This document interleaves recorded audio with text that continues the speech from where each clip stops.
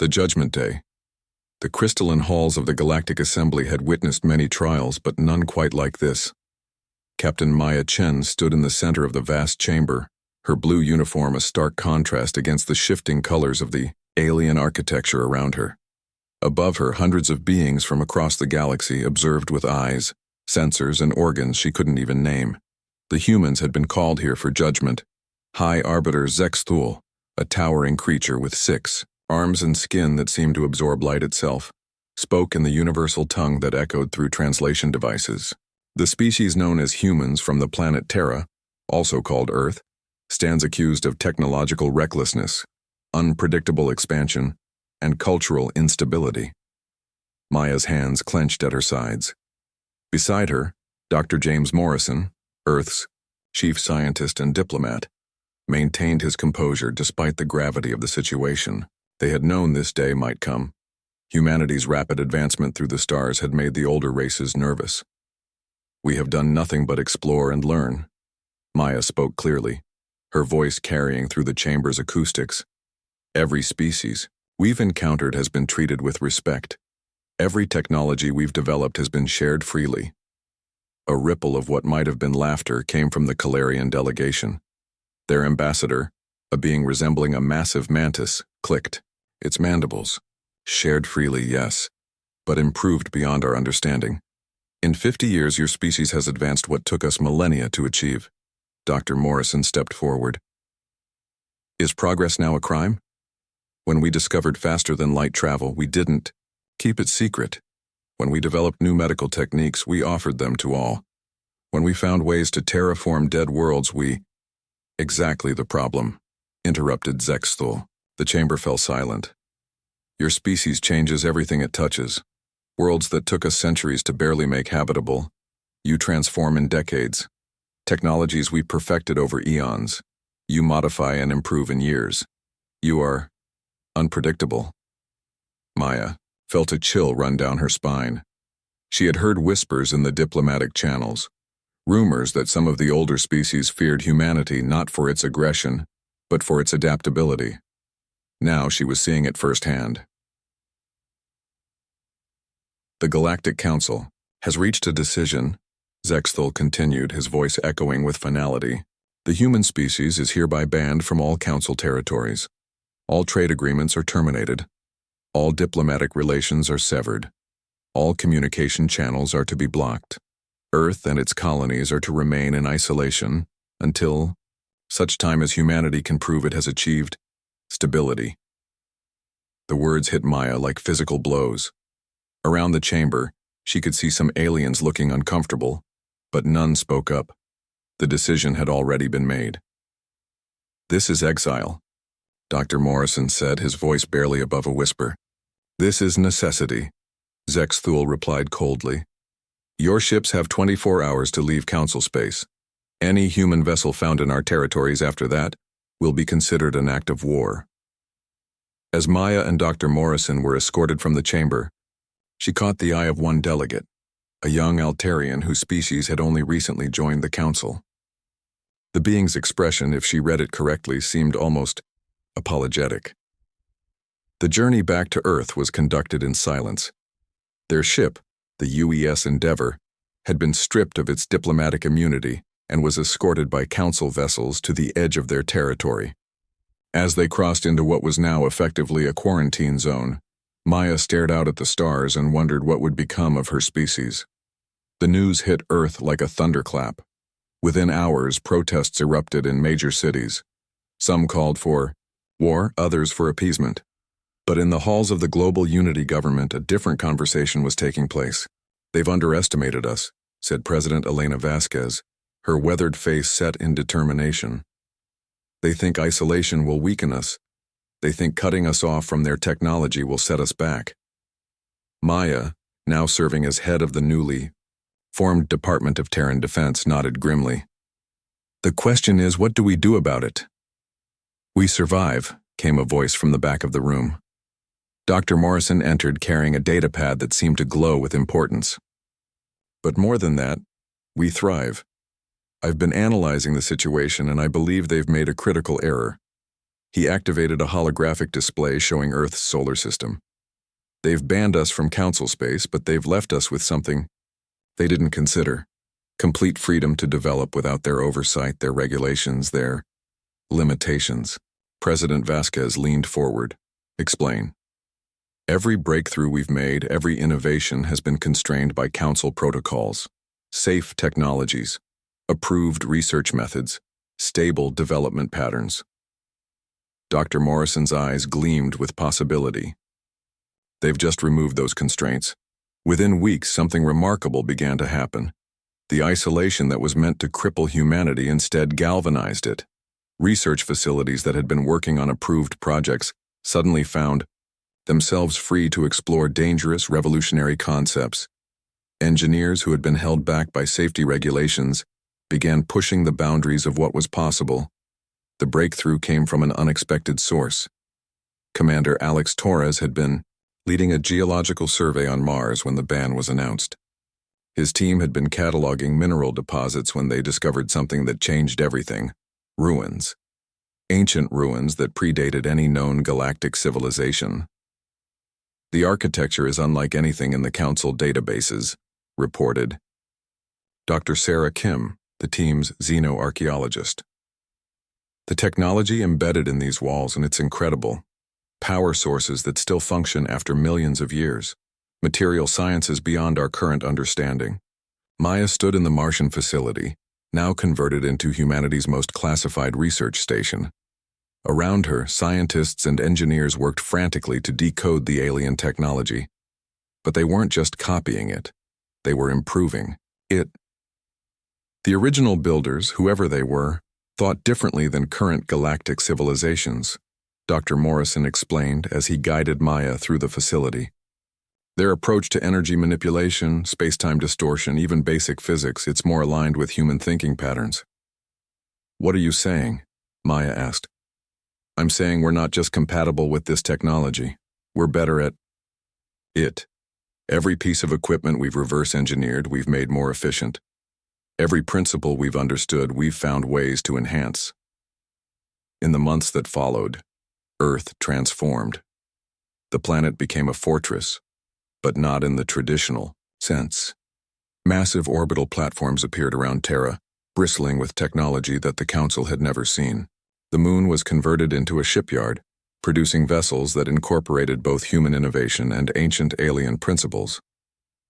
But the most significant change was in humanity itself. The ban had done something the species had never achieved on its own. It had united them completely. There were no more national boundaries, no more competing governments. There was only Earth, and Earth's children among the stars. The first sign that things had changed came when a Council patrol encountered a derelict human cargo ship near the edge of their territory. The ship appeared to be from before the ban, so they moved in to investigate. The vessel was empty, but the technology on board was impossible. Power cores that violated known physics, hull materials that seemed to exist in multiple dimensions simultaneously, navigation systems that appeared to fold space rather than move through it. High Arbiter Zexthal received the report with growing unease. How long has it been since the ban was implemented? 2 years, High Arbiter, his aide replied. And they've achieved this in 2 years? Zexthal's 6 arms trembled slightly. What have we done? The answer came a week later when long-range sensors detected something impossible. Ships, hundreds of them moving through space in ways that defied understanding. They weren't using conventional faster-than-light drives. They were doing something else entirely, and they were heading toward Council space. The lead ship broadcast a simple message on all frequencies. This is Admiral Sarah Knox of the Terran Fleet. We come not as supplicants or refugees, but as equals. The isolation is over. As the transmission ended, Zexthal stared at the tactical display showing the approaching fleet. Each ship was larger than anything in the Council Navy, and their energy signatures were unlike anything in their databases. Sir, his aide said, quietly, what are your orders? Zexthal remained silent for a long moment, then spoke the words that would echo through galactic history. Prepare a diplomatic vessel. I think we need to talk. Rise of the Terran Empire. 5 years had passed since the Galactic Council's ban, and Earth was no longer the world it had been. Admiral Sarah Knox stood on the bridge of the TS Defiance, watching as her fleet emerged from what humans now called fold space at the edge of Council territory. The sight before her was exactly what intelligence had predicted: a hastily assembled Council blockade, their ships forming a defensive line that spoke more of fear than strength. "Admiral," came the voice of her communications officer, "we're receiving multiple hails from the Council fleet. They're demanding we identify ourselves and state our intentions." Sarah smiled grimly. "Open a channel to their flagship. Let's give them what they want." The main screen flickered to life, showing the interior of a Council command ship. High Arbiter Zexthul appeared, his 6 arms spread in what she recognized as a defensive posture. Behind him, she could see representatives from a dozen different species, all looking remarkably uncomfortable. "I am Admiral Sarah Knox, commanding the Terran Liberation Fleet," she said without preamble. "I'm here to inform you that the isolation of Earth and its colonies is officially over." Zexthul's translation device crackled as he responded. "Admiral Knox, your vessels are in violation of the sanctions placed upon your species. You will withdraw immediately or face the consequences." "Consequences?" Sarah raised an eyebrow. "High Arbiter, I think you misunderstand the situation. We're not asking for permission. We're informing you of a new reality." She gestured, and her tactical officer activated a holographic display visible to both fleets. It showed a 3-dimensional map of local space with red markers indicating Council positions and blue markers showing something that made Zexthul's dark skin grow even darker. "Those blue markers," Sarah continued conversationally, "represent Terran ships currently positioned throughout your territory. Not invasion forces, liberation fleets. Over the past month, we've been visiting worlds that your Council has neglected." Engineer Marcus Webb, watching from the bridge's secondary station, couldn't help but feel proud of what they'd accomplished. The technology that made this possible had come from the Martian ruins, but human ingenuity had refined it into something the ancient builders probably never imagined. Ships that could fold space around themselves, moving instantly across vast distances without the limitations of traditional faster-than-light travel. "That's impossible," came a voice from the Council ship, Admiral Kexivor of the Hegemony Navy. "Our sensor networks would have detected any incursion." Marcus stepped forward. "Not with conventional technology, Admiral. But then we stopped being conventional the day you decided we were too dangerous to exist." On the Council flagship, urgent conversations were taking place in a dozen different languages. Sarah could see the panic in their movements, the way they kept glancing at their instruments as if the readings might change. "Admiral Knox," Zexthul said finally, "what is it you want?" "Justice," Sarah replied simply. "Over the past 5 years, while you've been congratulating yourselves on containing the human threat, we've been exploring, learning, and we've discovered something interesting about your Galactic Council." Ambassador Kira Santos, humanity's new chief diplomat, materialized on the bridge via hologram from her flagship. She had been conducting simultaneous negotiations with a dozen different worlds, and her expression suggested the conversations had gone well. "Tell them about the Velith system," Kira said. Sarah nodded. "The Velith system, population 12 billion, rich in rare minerals that your Council has been mining for 3 centuries. The Velith people have petitioned for representation in the Council 47 times over the past 100 years. Each time they've been told they're not ready for galactic citizenship. Their development level," Zexthul began, "is deliberately suppressed," Sarah interrupted. "We have the records, High Arbiter. Council policy has been to keep developing worlds dependent on your technology, your trade routes, your approval. When a species shows too much independence, too much innovation," she paused meaningfully, "they get labeled as dangerous." The silence that followed was deafening. Finally, one of the Council representatives, a Calarian admiral, spoke up. "Even if what you say is true, what gives you the right to interfere?" "The same right you claimed when you isolated us," Sarah replied. "The right of the strong to protect themselves and others. But here's the difference. We're not seeking to control anyone. She activated another display, this one showing dozens of star systems. Over the past month, Terran fleets have visited 43 worlds under Council control. Worlds where the inhabitants have been kept in artificial technological stagnation. We've offered them a choice: remain under Council, oversight, or join the Terran Alliance as equal partners.